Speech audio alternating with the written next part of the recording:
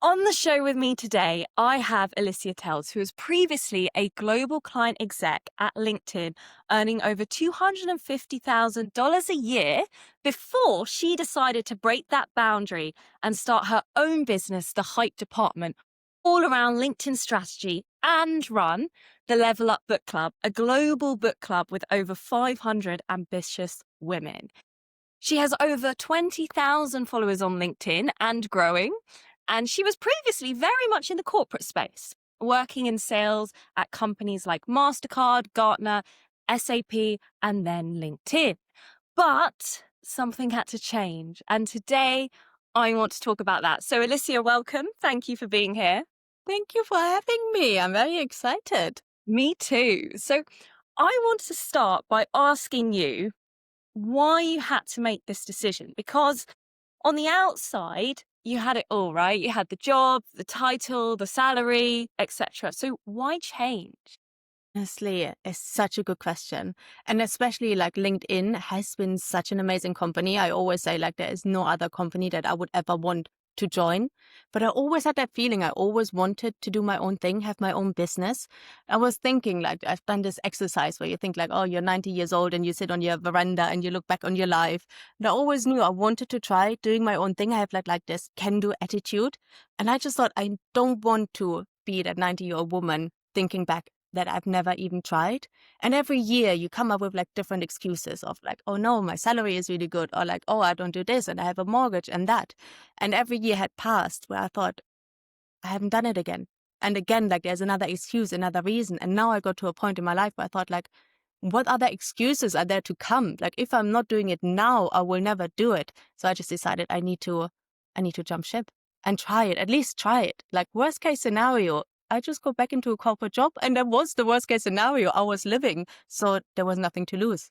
I love that. And I really relate because when I did it, I also felt like I'm going to regret not doing this if I don't make a change. I'm curious to know because we've spoken before and you've told me, Naluka, this has been at the back of my head for a while, for years. Can you talk a little bit more? You mentioned excuses. And I think many people watching this now may feel similar. They may feel like, I want to do this thing, but I just don't know how. So talk a little bit around what were those barriers, I suppose, that were holding you back? Why didn't you do it 4 or 5 years ago?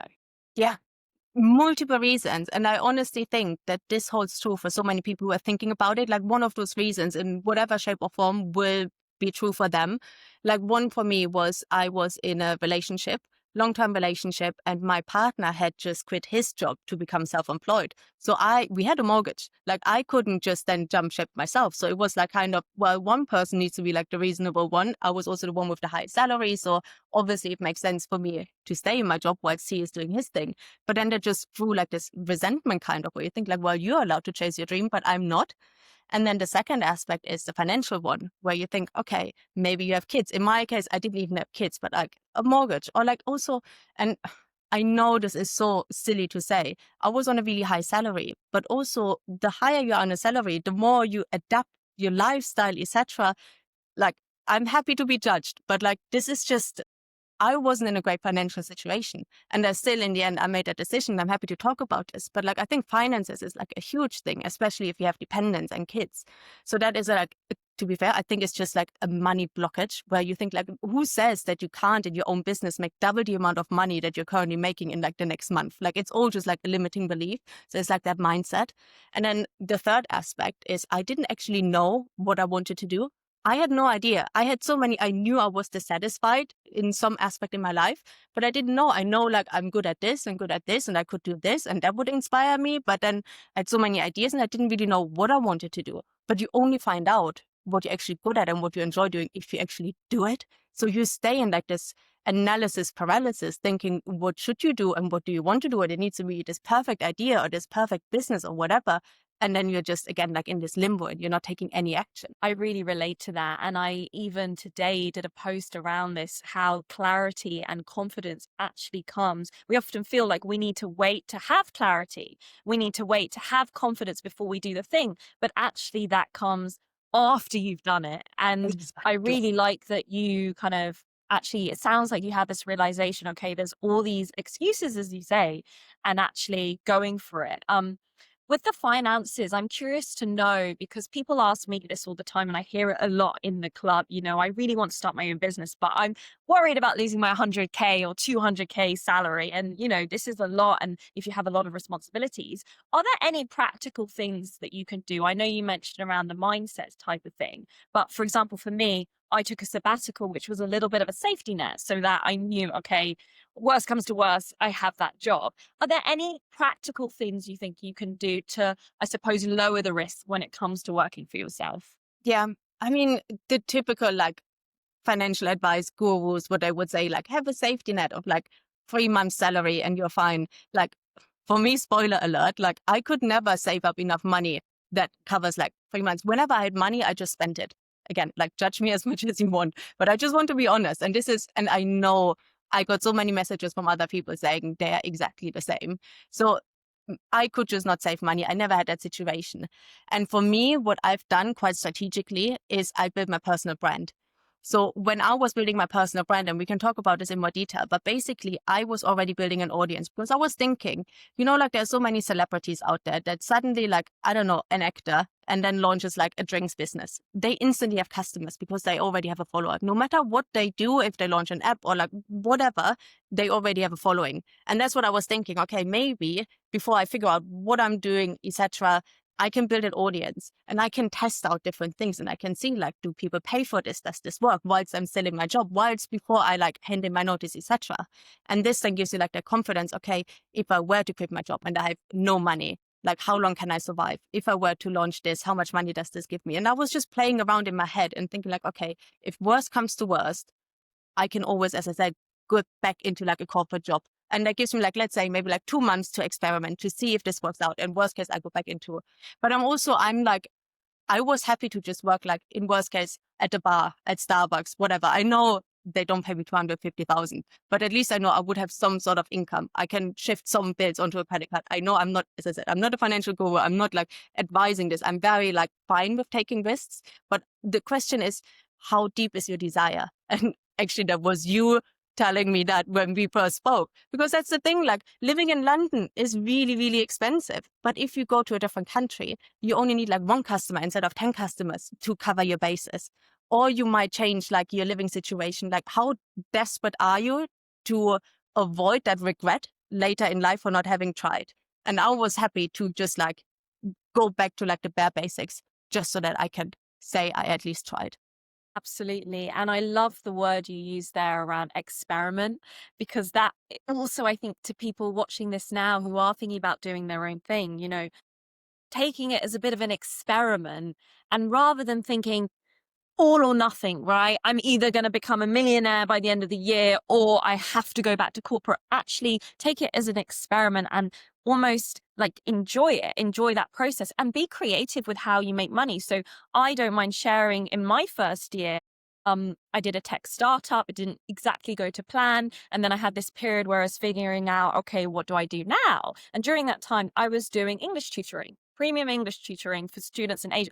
So I think there are ways that you can be very creative and be able to run your business and find other ways if you need that financial safety net at the start. Okay, we're going to go back to LinkedIn because I do want to talk about that. But I'm curious to know, so at the time of recording this, you are like a week into your solopreneur journey. What are you most excited about and what are you most scared about? Oh, good question. I mean, I have lots of things to be excited about. I think, first of all, the excitement is like the freedom. That was like one of the key reasons why I wanted to work for myself, to have that freedom over how I want to spend my time, how I want to like schedule my day. Like I hate meetings. I absolutely hate meetings and I hate unnecessary meetings. And now I can make the decision of whether I want to have a meeting, who I want to have a meeting with, etc. Just like being that own boss. And then also I have ADHD. Like I get bored very quickly. So in my career, I always stayed in a role for about like 2 years. And then that was like the point where I was just bored and I needed change. And then you needed to rely on someone else, another position coming up, your manager, promotion, etc., to shift gears. Whereas now I can do whatever I want. I can shift gears whenever I want. And this is really what excites me. This is like also the unknown kind of excites me. Living this vanilla life of having like this salary coming in, you know exactly where you go to work on Monday, you know exactly what you're doing there, you know exactly what you do next month, next year, etc. I found that really boring. I wanted my life to be exciting. And now it is exciting, actually, not knowing where my life is going, because next week I could be in a different country. I could get this opportunity or that opportunity. You don't know. And I love this. I find this really exciting. But then also, it is kind of like a fear at the same time because it is unknown. And I know we are creatures of habit, like humans are. Like we want to have some sort of security and safety. So at the same time, it is a bit like, will I have enough clients to pay my rent? Like, will I be able to sustain myself? And also, and I think this is a fear for me, will I actually enjoy working for myself? Like, it might turn out that I actually feel very lonely being here by myself. Like, I'm literally sitting in my kitchen. Like, do I enjoy this? Do I feel like, oh, I'm just sitting at home all day? It's quite lonely. Like, I'm sure I will figure it out. But those are the thoughts. Those are the fears. Absolutely. And I think it's really valuable for you to share that, because it's not like you leave and you're like, okay, of course you're on this high, but there are doubts, there are fears. And I think you and I have both experienced that and still experience it, right? And I think that's true for any career path.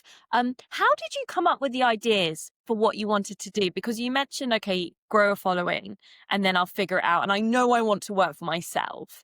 But how did you and how are you deciding exactly what it is you want to do?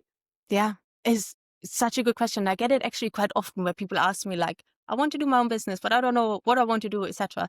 And still, I don't really know. I know what I enjoy doing. Like I love meeting people. I love helping people.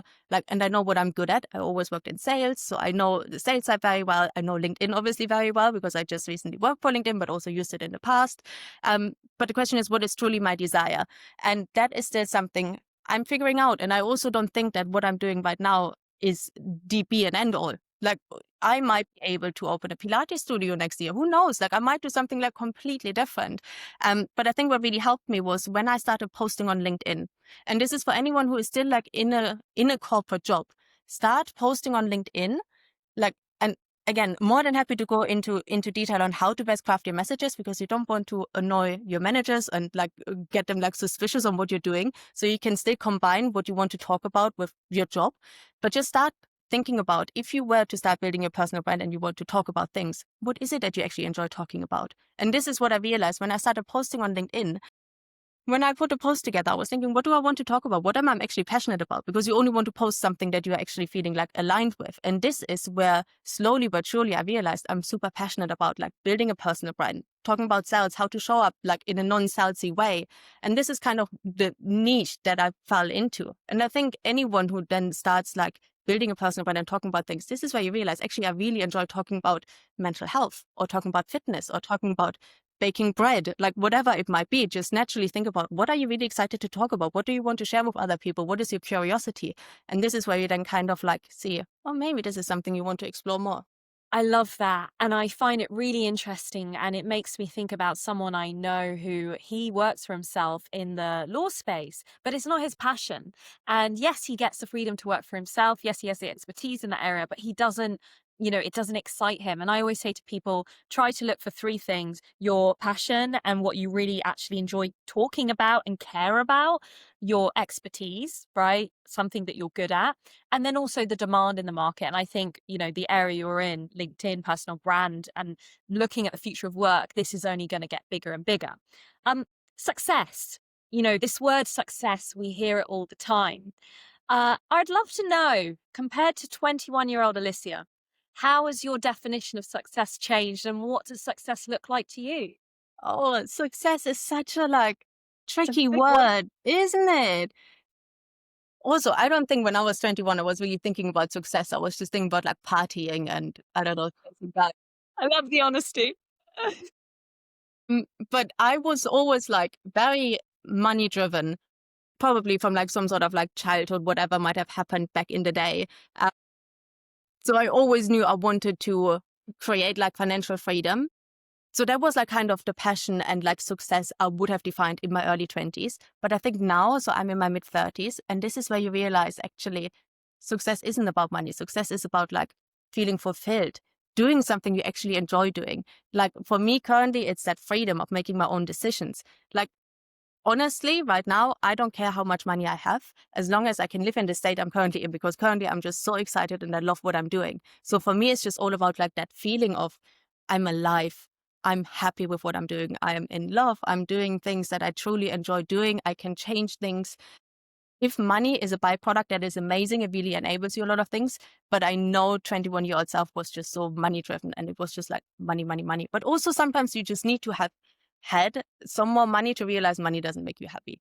So it's like, I have Interesting. had a lot of money, but Yeah. it just doesn't change your happiness. It's so interesting because, I think about Imagine That. And one of the reasons I created it was around this idea of freedom to work for yourself, freedom to work from anywhere. And I had a similar kind of revelation to you that when I left corporate, I took a massive pay cut, right? I was in corporate, and for the first months, I was not earning the same amount, but my happiness was higher, and it's so interesting to hear that. But I'm quite surprised by that answer because I know you're quite open about how much you're earning. And it seems from your content on LinkedIn, you talk a lot about X amount, you're doing this challenge at the moment, follow my journey to X amount. So I'm quite surprised that money isn't something that you're saying is your definition of success, because for me, I've actually thought that's what you would say. I am. So yeah, fair enough. Fair enough that you're challenging it. Money is absolutely a key driver. And it is for me. I'm currently living a certain lifestyle. I don't want to cut down on that lifestyle. I am willing to do it if that helps me to enable what I want to do to feel happy, but I want to chase after something. And also, always having worked in sales, I'm very KPI driven. I'm very analytic, and I want something tangible that I can go after. And it's so hard to say, I just want to feel happy. Like, can you imagine like a headline on LinkedIn saying, follow my journey of feeling happy? Like, it's just not, and I want to create something where people actually can follow my journey, follow along, and also where I can track myself of like, am I on the right track? Am I doing well? I'm always checking in terms of like my happiness, but I just love something that is more tangible. Got it. Money Got is it. just Got it. like, yeah, I very got tangible. it. Okay. Let's talk a bit about LinkedIn, because you are a LinkedIn expert, I would say, having previously worked at the LinkedIn, and you grew your following. Your business now is around LinkedIn consulting. And for those watching now, so you grew from 2,000 followers to 12,000 followers in the space of 3 months. And you asked people to follow your journey as you were doing that. I'm curious to know, for someone watching this now with 800 followers, with 1,000 followers, thinking, I'm seeing all these people getting so many likes. There's no hope for me. I keep showing up and everyone says consistency and it's not working. What would be your number one tip for growing on LinkedIn now, especially as a small creator? All right. I know you said one thing. I say two things. I'm I sorry. love it. Yeah, go on. um, Consistency is key, but also consistency doesn't make sense if you have the wrong strategy.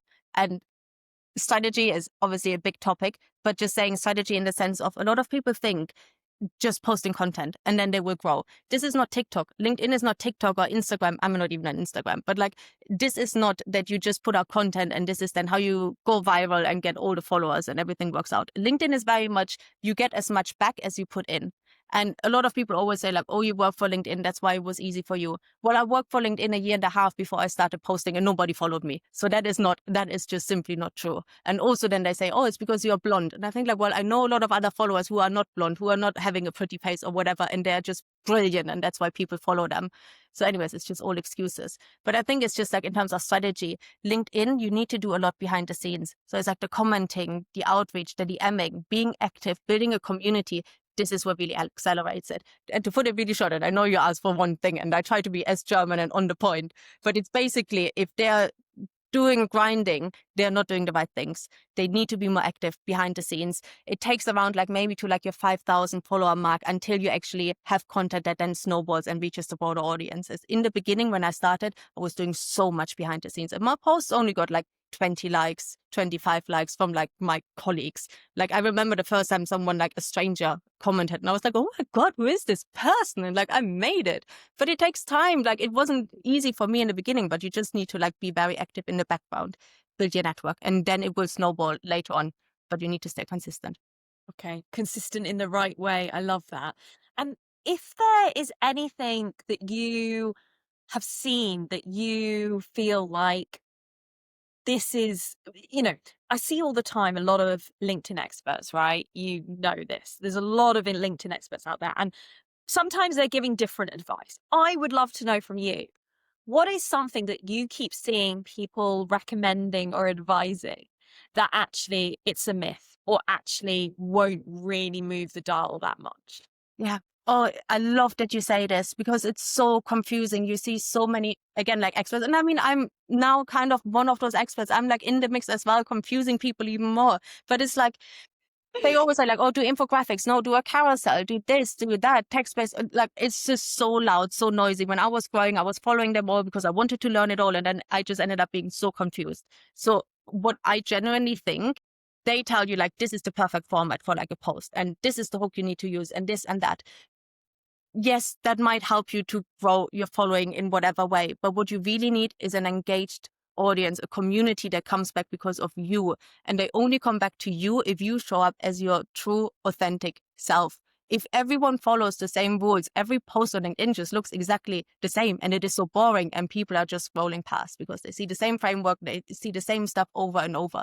What you really need to find is a way for you to show up as your true self in your unique, quirky way. We are all quirky, somewhat people. Just show up as your true self. And this is how you stand out. And this is then how you build that engagement. It might not go viral. It might go viral. It's just making sure that you stick with who you are and you will find the right people. And then it will grow over time and you build your tribe. And then in the end, if you want to post on LinkedIn to convert business, it is so important that you show up as your true self. People make business from people. If you don't show up as your true self and then they jump on a call with you and you're a completely different person to your post, they will not buy from you. This is how you weed out all those people that would never buy from you in the first place. And this is how you attract the people that would want to do business with you. So you just need to be your authentic self and you will find the right tribe and it will all happen in its own time. We hear a lot about authentic self and, showing up as who you are. And I think for you and I, maybe we find that a little bit easier. What would you say to someone watching this now who kind of says, well, it's all right for you, you have a lot of confidence and for you that comes naturally? Because I think there's a lot of people who just go, oh, at that idea. And so it is easier to maybe not do a selfie post or not kind of share a lot about their personal life. I mean, I know someone, she's very successful. She doesn't share anything personal. So what would you say to that? Look, that is also fine. We are not forcing anyone. If that's out of their comfort zone, don't do it. But then on the other hand is, again, people buy from people. People want to know you. People are way more invested in getting to know you, who you are. And that's why they would buy from you. That's why also like a faceless brand never performs as well as like the founder. Like Tim Cook's profile has way more followers than Apple. Like it's just like people want to see the founder. People want to like kind of like resonate and they want to cheer a hero on and they want to see the deep ends and like whatever happens. So the more you can share about yourself, the more people can resonate with you and really get invested in you. If you're just there like your perfect polished self, that connection is kind of missing. It's not relatable. And I think especially in the services space, people do buy from people, right? So it's even more important. I'm curious to know, and this is something we've spoken about before, and I would like to address it because I think there is something around the mental health aspect of any social media. But you've spoken to me before and you've kind of said, Naluka, I'm not going to lie. If I have a post that gets lots of likes, I have a better day. And if I have a post that flops, you know what? Actually, it does get me down a little bit. And I've been there as well. I felt that. I've had a post that didn't do very well and I noticed that my mood has changed. I've had other posts do great and I'm like, oh, everything is fantastic. But I worry about that. I really do worry about that because are we tying our sense of self and our sense of worth to our followers and our likes? What are your thoughts on that? Yeah, it's so good that you talk about it. I don't think it should prevent us from posting, but we need to be aware of and we need to manage our emotions around it. And I wasn't aware of this in the beginning. When I just started posting and suddenly I had like a really good performing post, I was like, yeah, and I was on top of the world. And as you said, like, good day, great. And then the next day it didn't perform. And I'm like, what am I doing wrong? And I'm like, need to change my strategy and I need to do this and I need to be better and like educate myself more and like really confused. And it just, really brought me down. Now I also know the algorithm is doing weird things at times. We have no idea why things don't perform. Like, God knows, nobody knows the algorithm. By the way, whoever claims to know the algorithm, they're lying. Nobody knows the algorithm unless they're in the algorithm team. You heard it here. You heard it here. Yes. But yeah, just recognize that this is how you're feeling, and also have a bit of like grace. Like, yes, it is annoying, and yes, it's a bummer that it's not performing very well. Allow yourself to be a bit like gutted, but also know like, look, next day is a new day. It doesn't define me.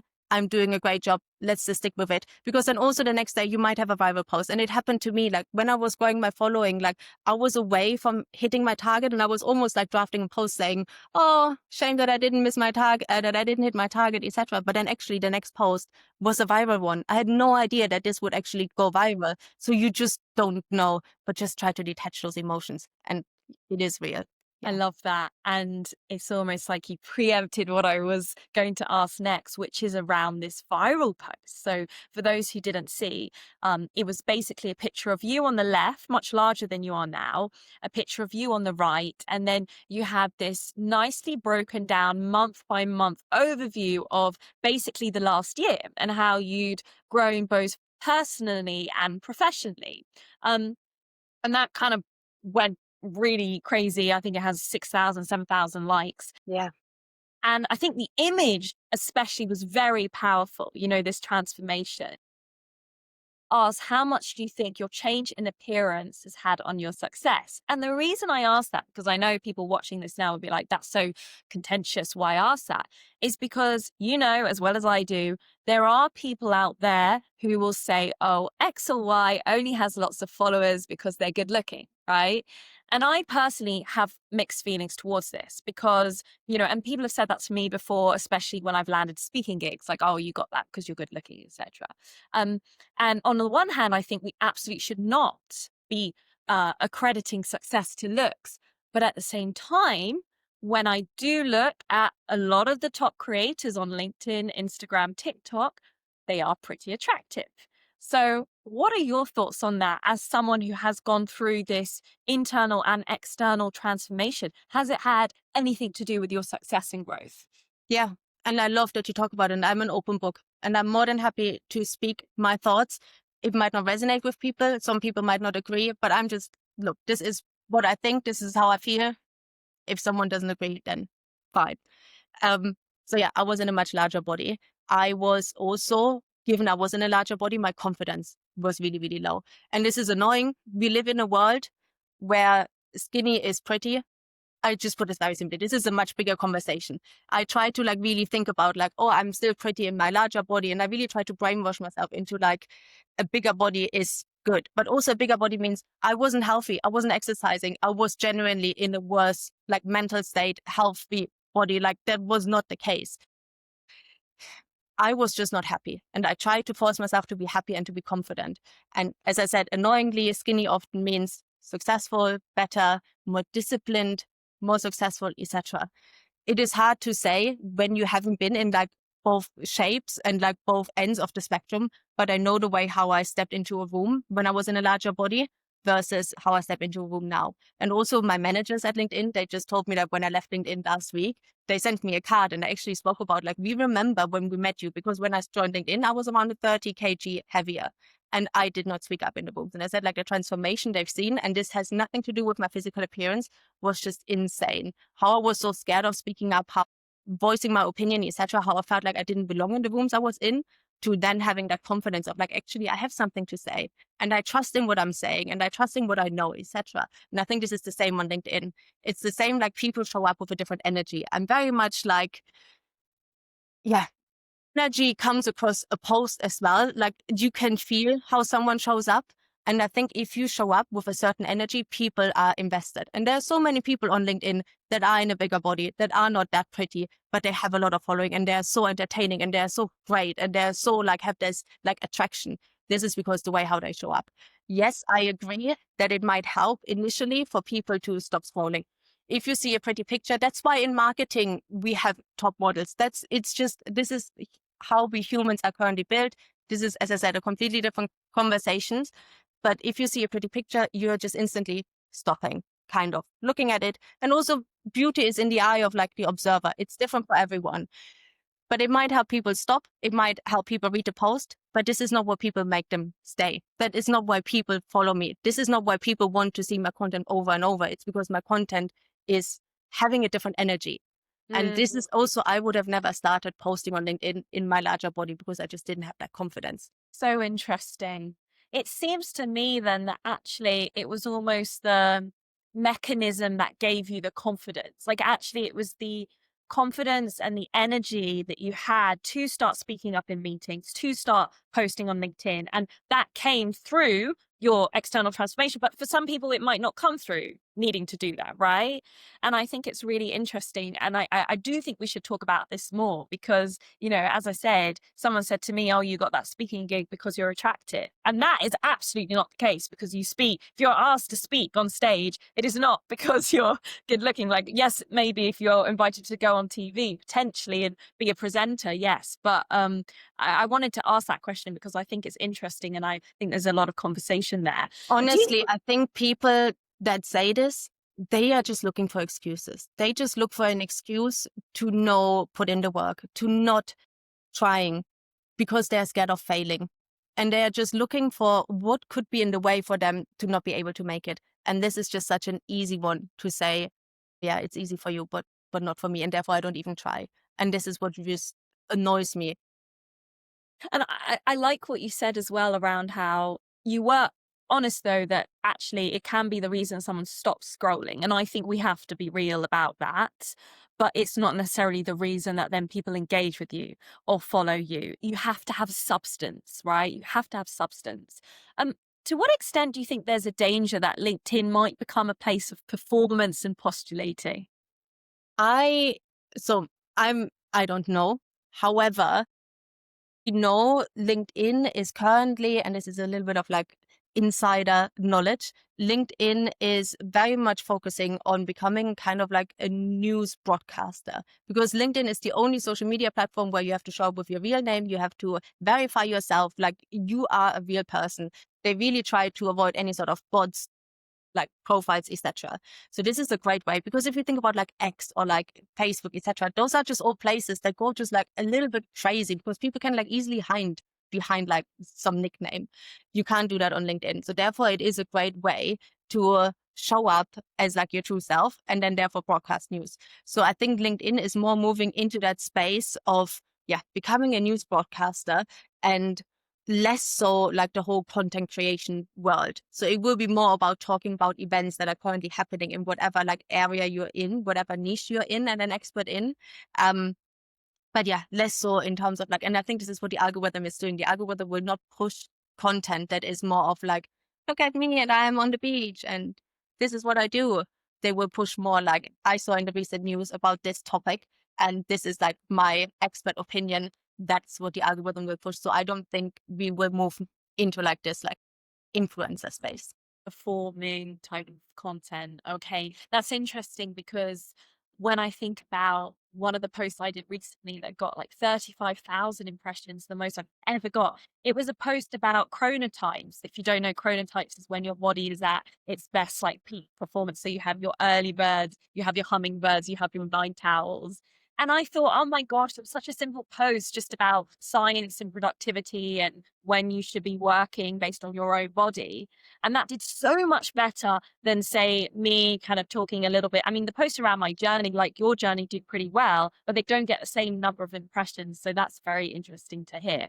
Okay, so I want to end this episode by doing some quick fire questions, which I love to do with guests. So how this basically works is I will just ask something and you've got to answer it in one word. So no overthinking. Okay. Let's go and see I how will it is. try. Okay. One word to describe your corporate life. Prison. Joy. Prison. I love that. Okay. One word to describe your life now. Blank canvas. That's 3 words, but Sorry. I thought you were going to say freedom with that one. I wanted to say, but that would have been so predictable. And actually freedom means having a blank canvas. So Okay. 3 words. We'll go with it. A book or a podcast, and I know this is very much a question for you, but a book or a podcast that has changed your thinking. this is so cringe. It is called The Magic. bear with me. I know it's just one word, but like it's the magic. It is basically all about manifestation, but manifestation through gratitude. And it's a process that teaches you how to be grateful in life about any aspect, about your family, what you have, your health, like other people, anything, the air we breathe. And this just really helps you to think like, oh my God, I have actually a really good life. No matter what happens, you have a really good life. And that shifted my thinking in so many ways. And it just really shows when you have gratitude, you're on a higher vibe. And when you're higher vibe, good opportunities come your way. It's literally just because you're feeling happier, your eyes are more open, you're more open to talking to people. And that's how you attract opportunities. It's not magic. It's like literally like you're just walking around with your eyes open. And The Magic by Rhonda Byrne is a brilliant book. Very Brilliant. cringe, but brilliant. The magic. Okay. And a daily habit that you swear by or that helps you show up as yourself, that helps you be successful. Hold on, let me do a visual because I just have it here. It's actually quite far away. She's reaching. Oh, okay. And it is the shiniest one. I just loved it for the colors. It is literally just my journal, gratitude journal. As I just said with like the magic, but I literally like every morning I write down 10 things I'm grateful for. Sometimes I repeat the same things, just whatever pops in my mind. Then I write down, thank you for the good news I have received today. I write it in the past tense, but it's basically saying like, there will be good news coming my way, whatever shape or form. There's always a day where news come to you. And then I write down 5 goals that I want to achieve by the end of the year. And I heard that millionaires write down their goals once, billionaires write down their goals twice a day. So I'm at least trying to write it down once a day. Again, like money, it's just like the mindset. But like, yeah, I'm writing this down every day. And I I love think this is just like a consistency. I think the thing is, your thoughts become your actions, become your reality, right? So for anyone watching this now thinking, oh my gosh, this is so woo-woo, I think there's actually quite a lot of, I don't want to say science in it, but if you think about it logically, it makes sense, right? Because your beliefs change, your actions then follow your beliefs, and then your reality changes. Okay, and then the last question. So the show is called Breaking Boundaries. And obviously you've broken the corporate boundary. You're starting your own business. So I'm very excited for you. And honestly, I cannot wait to see where you go in the next few years. What boundary do you want to break next, if any? It can be anything that you think, I really want to do this. Actually, it's breaking silence. Silence in the way of I want to empower people to find their voice, to talk about the amazing work they're doing. That's why I founded the Level Up Book Club, because literally it is a group of women. And I know specifically for us women, we are so like shy. We are so brought up with like, just be quiet and do a good work and let the work speak for itself, etc. It doesn't. That's not the world we're in. I want to empower women or people in general to show how amazing they are, what they're doing, to show the world, because otherwise if nobody knows, how can they like find you, partner with you? Like how can you form friendships if you're not showing people that you exist? And this is what I want to break. I want to encourage as many people as possible to take that leap, because it had like a huge transformation on my life, like quitting my job, etc., like seeing where I am and how happy I am right now. And I just want other people to experience the same. Love that. Breaking silence, breaking boundaries and breaking silence. Sounds like it could be a new podcast. Amazing. Well, thank you so much. I mean, I always enjoy speaking to you. And when I asked you to come on the show, I knew it would be a great discussion. I think there's so much that can be learned from what you're doing. And I love the energy that you show up with and how you're inspiring other people. So thank you so much. And if anyone's watching this, all Alicia's links will be in the description. So thank you. Thank you. Thank you. Awesome.